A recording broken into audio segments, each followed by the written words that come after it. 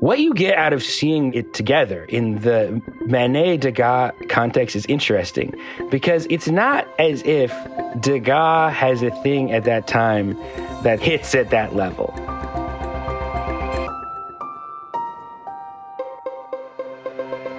I'm Kate Brown, and this is The Art Angle, a podcast from Artnet News where the art world meets the real world, bringing each week's biggest stories down to earth. One of the art events of the year is currently up at the Metropolitan Museum of Art in New York City. That exhibition is Manet/Degas, and through more than 160 works of art, including landmark loans from dozens of institutions, it puts into dialogue two of the most famous French painters of the 19th century, Édouard Manet and Edgar Degas, born 2 years apart. The show has been a blockbuster and attracted a chorus of rave reviews. Artnet's art critic Ben Davis recently had a moment to go, and he spoke with me about what stood out to him about this major museum event. We also dug into some of the unexpected history behind a few of the artworks he discovered through the Met show, which may actually change how you look at Manet and Degas, together and separately. Hey, Ben, how's it going? Pretty good. Excited to talk to you about this show, which is a truly big deal. Yeah, I've been seeing all the headlines and wondering if the lineups were really long. Were you waiting in line for a while? Yeah, well, this is a show that you have to get into a virtual queue for. You show up, you scan a QR code, and it'll tell you, if you're lucky, you have to wait 50 or 60 minutes to get in. But, it's the Met Museum. There's plenty of good stuff to look at while you're there. Just get there early because they do run out of slots. Pretty good waiting room, I would say. So this has been a huge blockbuster deal. Lots of headlines covering it in all fall, calling it a triumph, an enthralling exhibition. People seem to really love this show. Why is it such a big deal? What captivates everybody about it? Oh, that can be summed up in one word: Olympia. This is a show that pairs two of the greats of the modernist art canon, but it is also the first time that Édouard Manet's painting Olympia has come to the United States, and that is one of the most famous paintings in art history. One of the most referenced, one of the most debated, one of the most talked about in its time, one of the most controversial. The painting is a celebrity in itself and would be worth going to if it was just that. But yeah, the show is this kind of face-off between Manet and Degas, and that draws people. It's every art critic's cue to break out some variation on the lead. What does greatness truly look like? Is it the brainy style of Manet or the spontaneous eruption of feeling represented by Degas? And for people which is a lot of people who pass through the kind of traditional Romanticism to modernism art history, of course, the Paris to New York timeline of art history, the classic kind of now disputed or decentered narrative of art history, it's their cue to deploy, all the knowledge that they have about 19th century France. It's a very entertaining show. I'm excited to talk about it. I think it's a weird show. I'm excited to talk about that too. Cool. Yeah, I'm excited to get into all of that. And we will certainly talk about Olympia. Paintings like that don't travel often. So that is certainly a big highlight. But as you said, something that is so engaging about this is this sort of rivalry, this face-off, as you say. And, the show was in the Musée d'Orsay in Paris before. It was similarly popular without the sort of cameo of Olympia, because that painting obviously lives in France. So these two painters, as you say, were rivals. They were competitive. They were colleagues. Their subject matter overlapped. What do you see in this juxtapositioning of Manet and Degas? And maybe you can also give a little intro to these two artists for those who are hearing about them or have heard about them, certainly, but maybe don't know that much about them. Okay, well, let's start with what you see when you come to this show. Sure. Every effort has been made to make this feel like a really special show. I mean, the curators and installation designers that I know seem very taken or perplexed by the deep purple walls against which everything is hung. And you sort of enter into this show and you are met with this wall that has a slash through the middle of it, this architectural slash, literally dividing the wall in two. And on one side is a self-portrait of Manet, and on the other side is a self-portrait by Degas. And then you go through the show, and it kind of tells their story in tandem.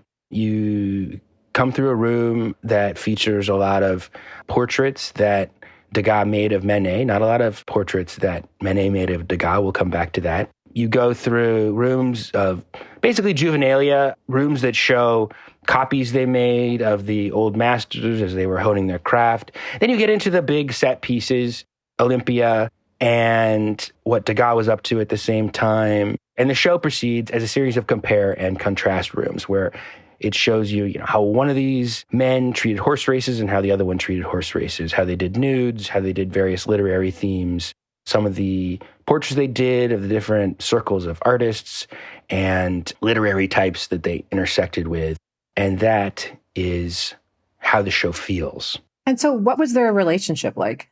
So I am not sure how central their relationship was to their work. That's an interesting thing about the show. They clearly had a friendship at a certain point. They knew each other, but a lot of these guys knew each other, and they were both of the same class. They were both upper class men trying to make it as an artist. Manet was the more famous.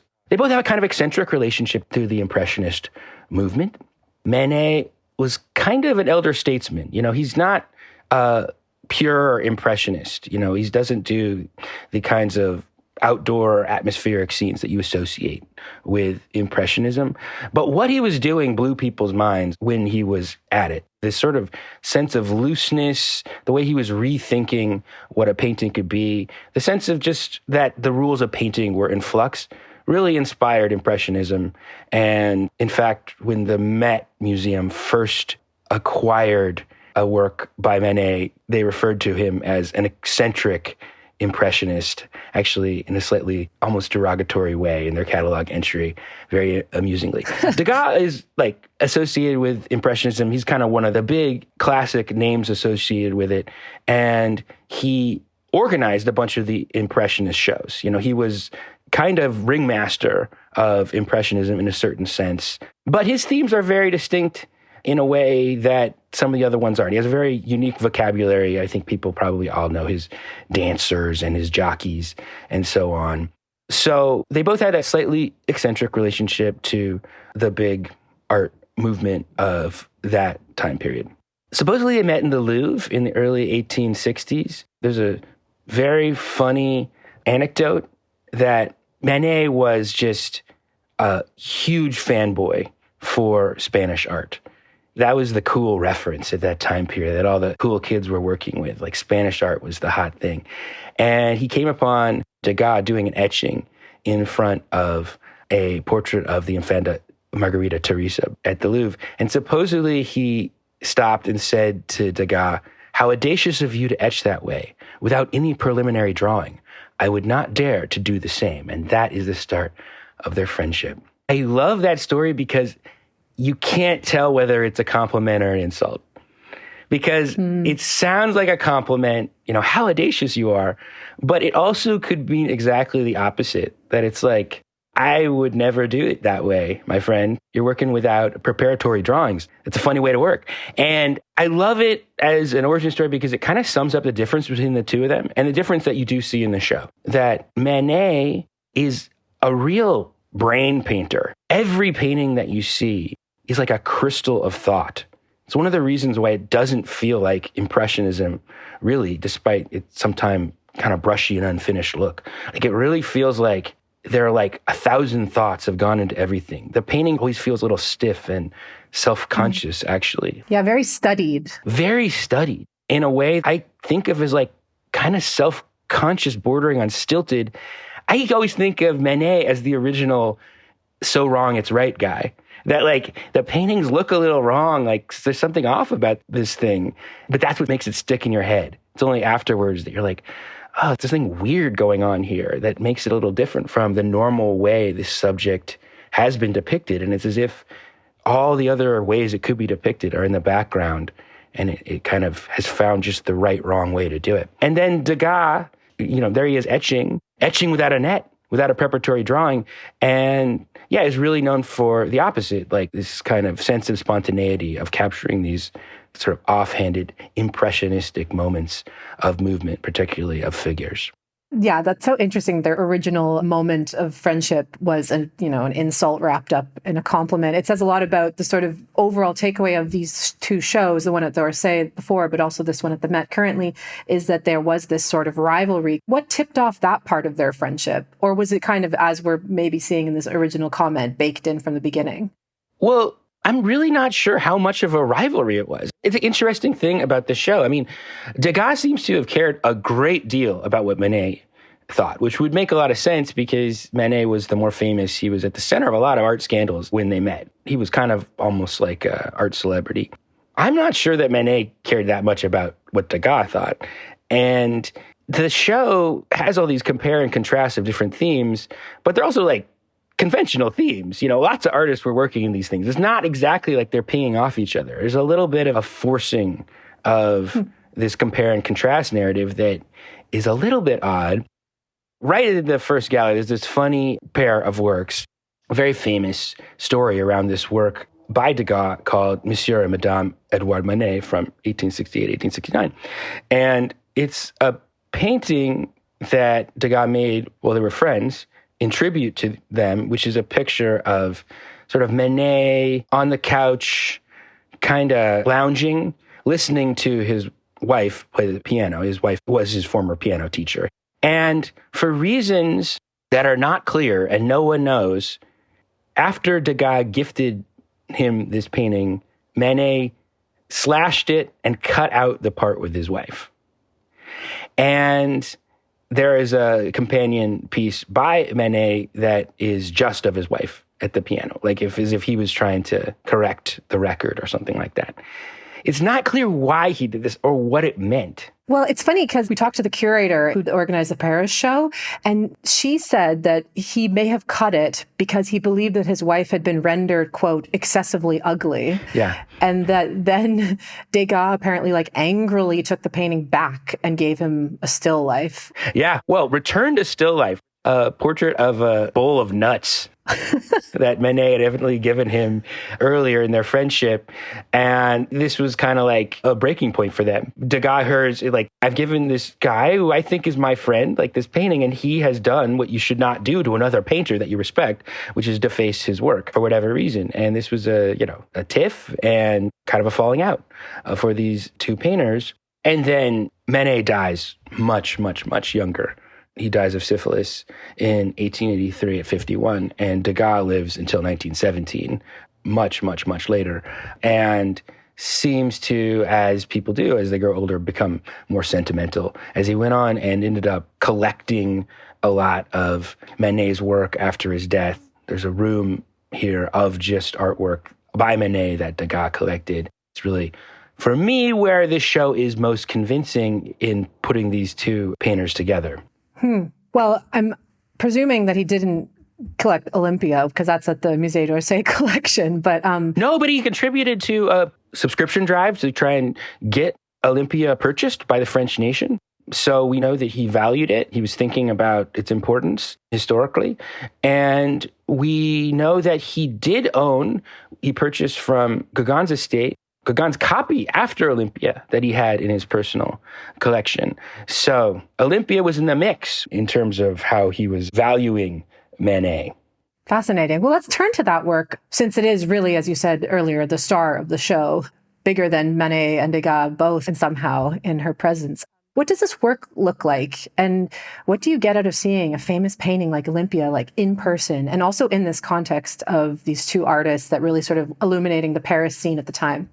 It's such a famous painting. It's kind of hard to look at it with fresh eyes. You see it and you're seeing it through the many articles you've read about it and times you've seen it reproduced and everything you know about it. It's this very striking image of this pale, white courtesan nude in her bed, accompanied by her black maid. And there it is after a painting by Titian. It very famously interpolates a Titian nude, the Venus of Urbino.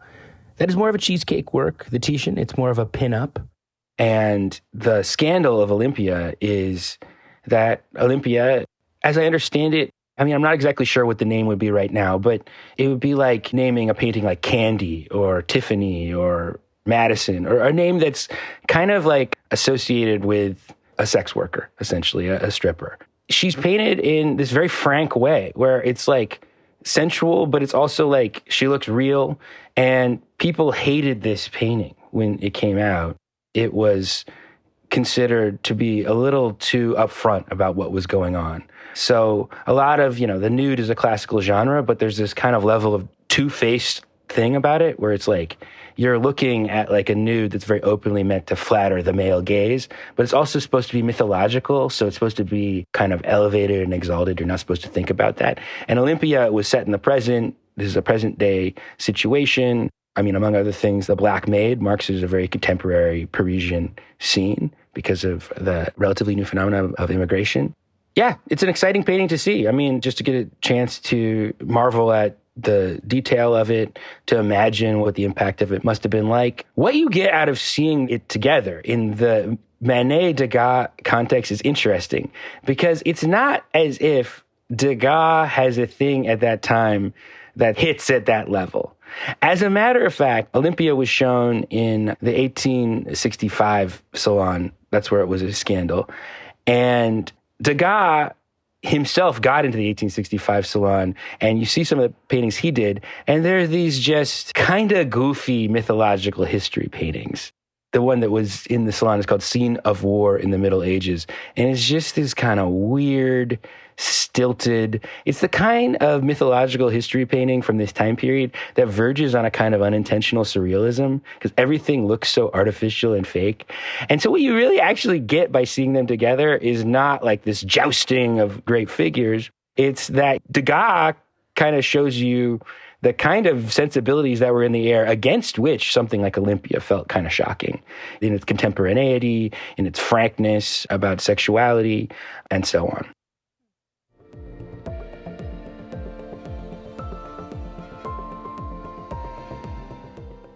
I'm starting to feel a bit bad for Degas in all of this. He's starting to really feel like the beta of this duo. Are there any moments where he really shines in this show? He doesn't have his Olympia moment, maybe, or never did, but... Yeah, sure. I mean, Degas is a great painter in his own right. There are works like The Orchestra of the Opera from 1870 that are there, which is this painting that is a close-up. In the foreground is like this orchestra in the pit. A performance in the background, there are dancers on the stage, and the stage lights are on the dancers. So there's kind of this great chromatic contrast, and it's a beautiful painting. But the show does not make a great case for Degas. That's what is an absolutely baffling, weird thing about this show.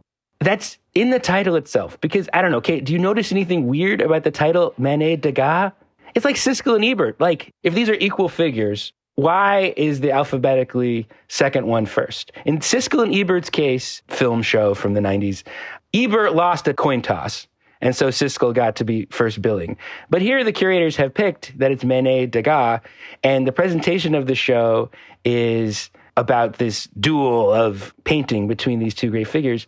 But in the title itself, it sort of like tacitly acknowledges it's actually, the name of the show really should be Manet and Degas in parentheses. Because, this is a show full of Manet masterpieces. I mean, you've got The Dead Christ with Angels, you've got The Balcony, you've got The Execution of Emperor Maximilian, and on and on and on. You've got Olympia. You could have just organized a show specifically around Olympia.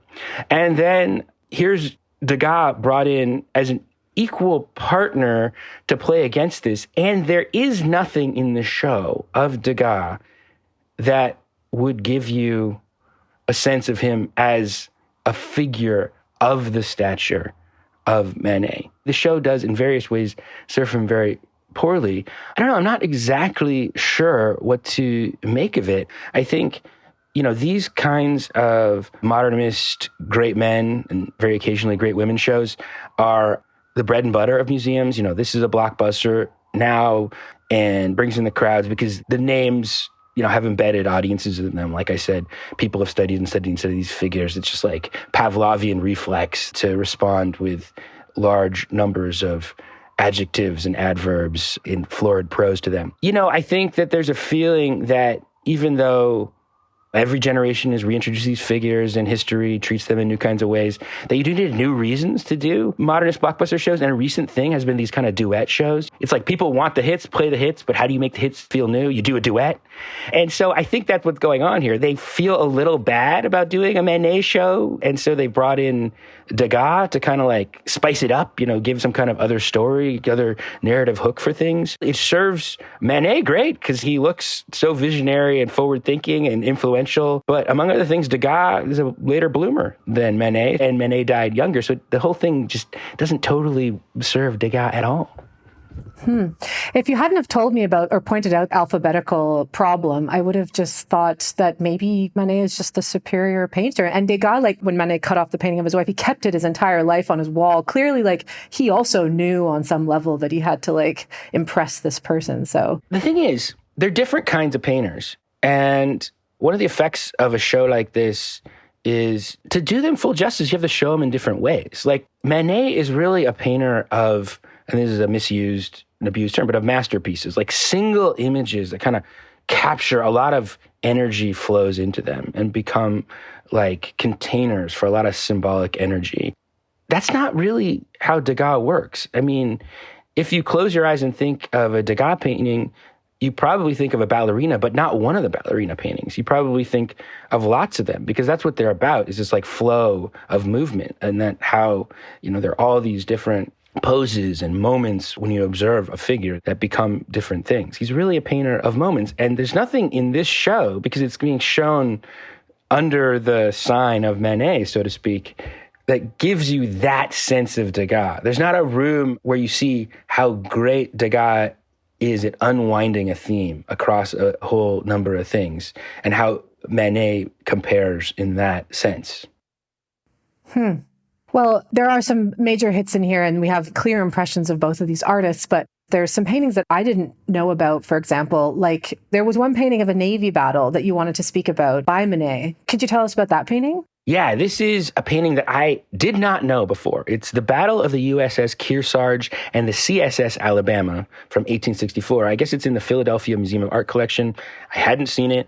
It came as a surprise to me here. It's apparently Manet's first seascape and also first known painting of a current event. And what you see is a painting of two ships. One is going down, is sinking. It has smoke billowing out of it. That occupies the center of the canvas, and there's a very turbulent sea. And through the smoke coming off of the boat in the near background, you see another ship, which is the Kearsarge, which its Stars and Stripes banner seems to float in the air in the smoke independently. And then in the foreground, there is a French flag vessel that seems to be going to rescue people coming off of the sinking boat.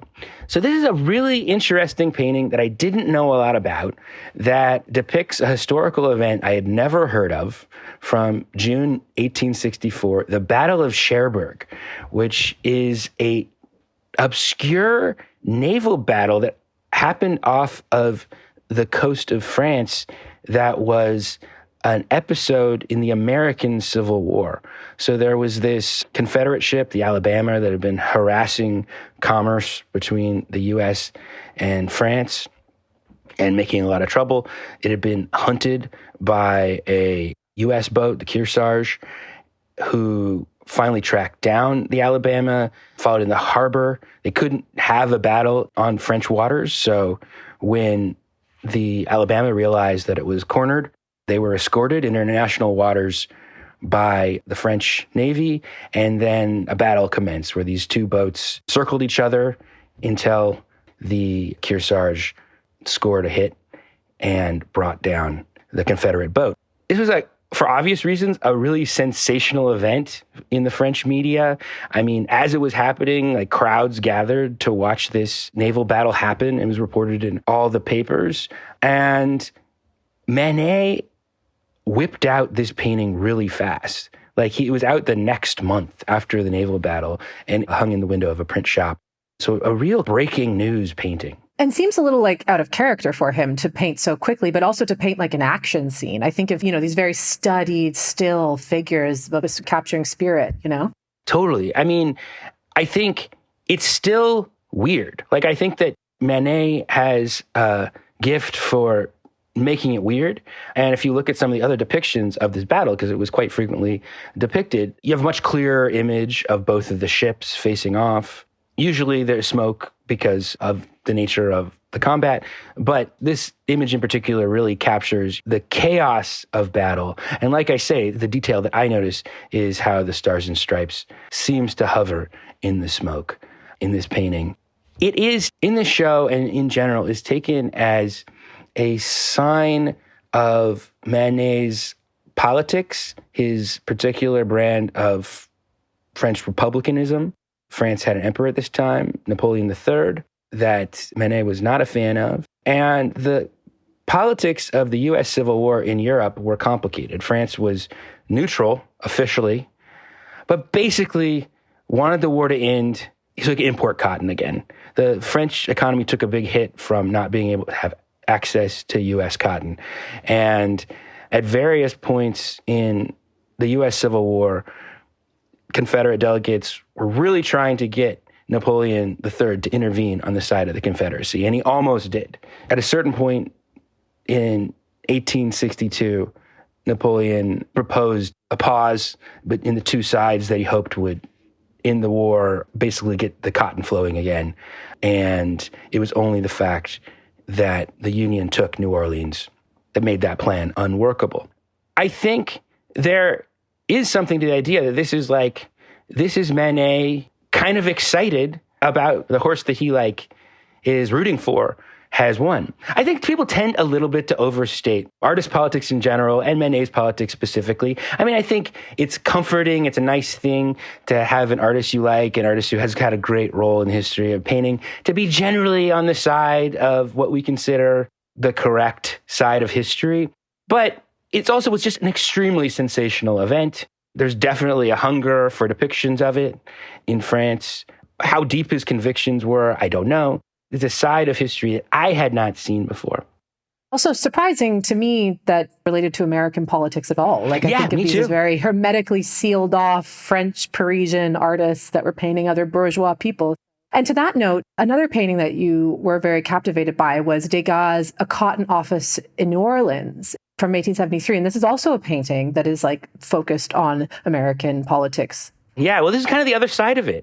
So this show is a compare and contrast Manet and Degas. And among other things, it compares and contrasts their political temperaments, which were very different. I mean, they fought together in 1870 in defense of France in the Franco-Prussian War. But they both left France before the Paris Commune.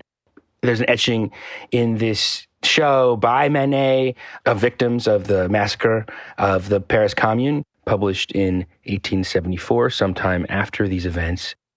Basically, Manet was not a radical communard himself. As you might expect of a man of his class and his temperament, he felt sympathy with the victims, but not with their cause exactly. Can you say shortly what the Paris Commune was, in case someone's hearing that for the first time? Yeah. There's a huge political disaster, the Franco-Prussian War in the 1870s, and France basically loses.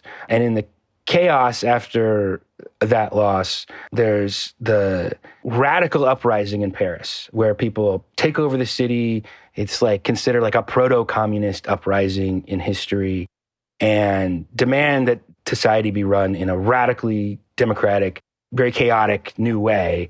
And that is crushed by Versailles, by troops. There's a huge massacre. So that was a landmark political event of the age. And while Manet is working on this etching in the aftermath, Degas, for his part, is very shaken by these events in France. And in 1872, he decides to go to New Orleans to visit his family because Degas has American ties.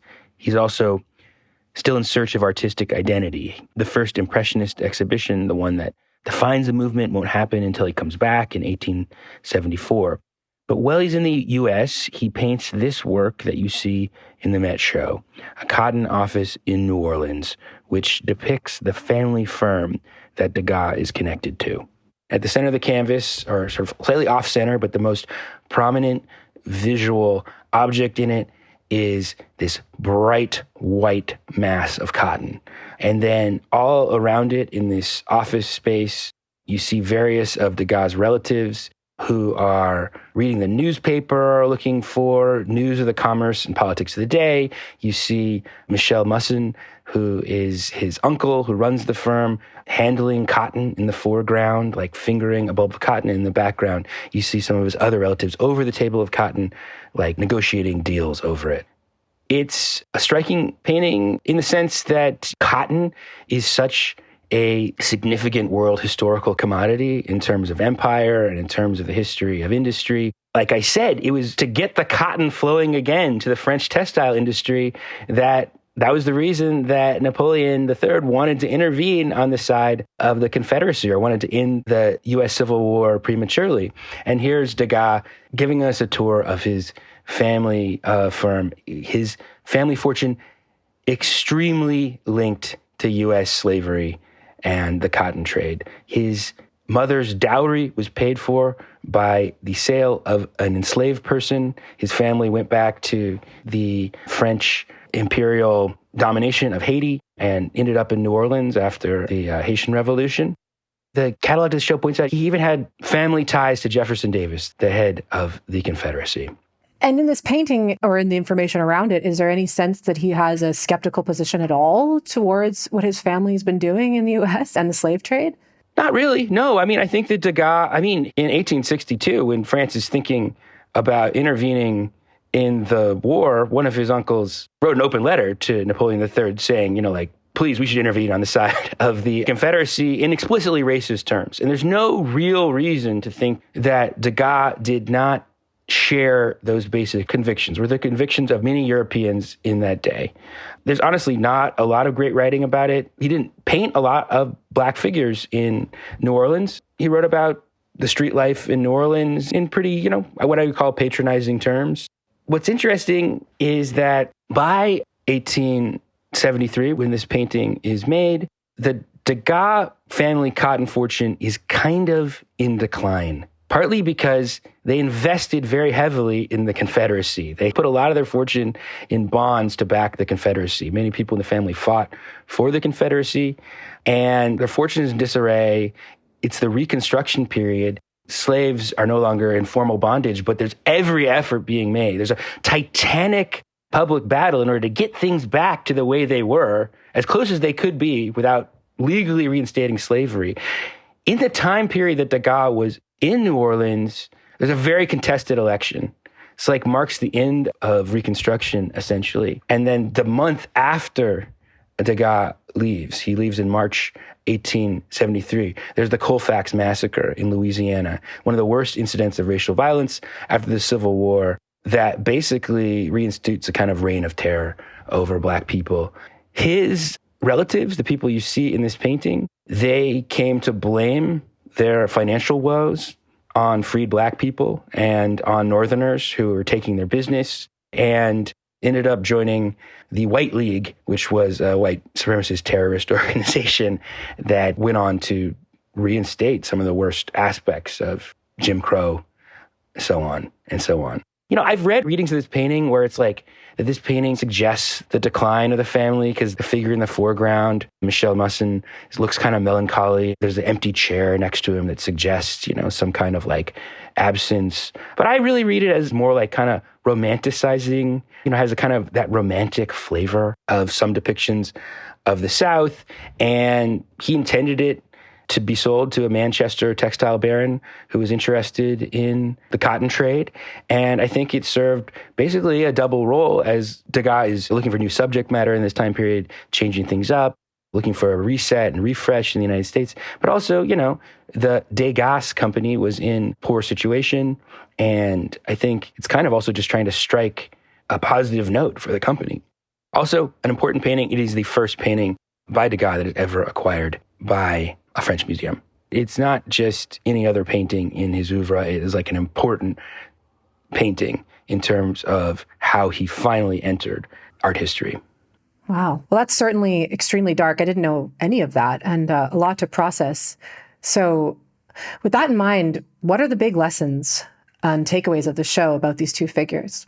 Yeah, it's a lot of history. I just wanted to bring together some actual of the stories and deepen the compare and contrast a little bit by looking at two specific incidents and two specific works. But like I said, I don't know if the show works as a painting show about Manet and Degas. I think you will leave the show with probably the best possible introduction to Manet if you're arriving at him at the first time, and probably a pretty weak and bad introduction to Degas if you're arriving at him the first time, on the level of painting.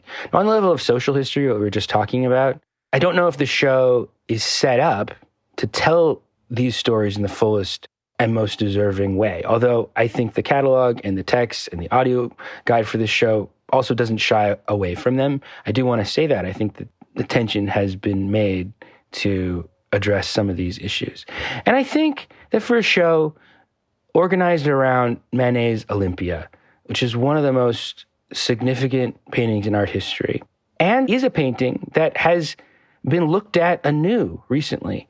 Like in recent history, the maid figure in Olympia has gotten a lot more attention. There was a very celebrated show focused on the Black figure in European art recently that paid a lot of attention to Manet's model in that work, and she posed for him multiple times.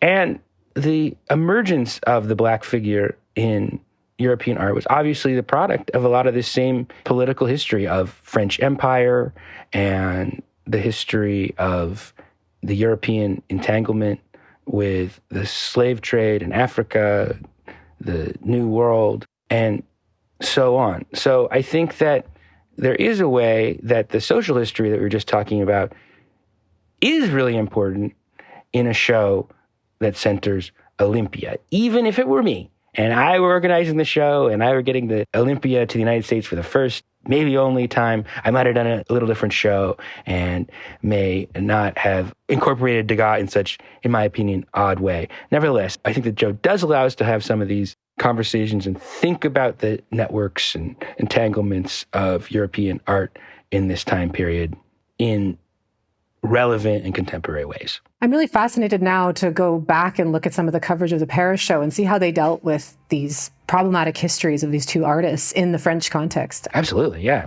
Well, thanks so much, Ben. This has been absolutely fascinating and illuminating. I really appreciated chatting with you today. Yeah, thanks for being a sounding board, Kate. Always a pleasure. That's it for this week's episode. If you like what you heard, you can subscribe to the show on Apple Podcasts, Spotify, or wherever else you get your podcasts. Also, take a moment to rate and review us. It will help other listeners discover what we're doing. The Art Angle is produced by Sonia Manalili and Carolyn Goldstein. Thanks for listening, and see you next week.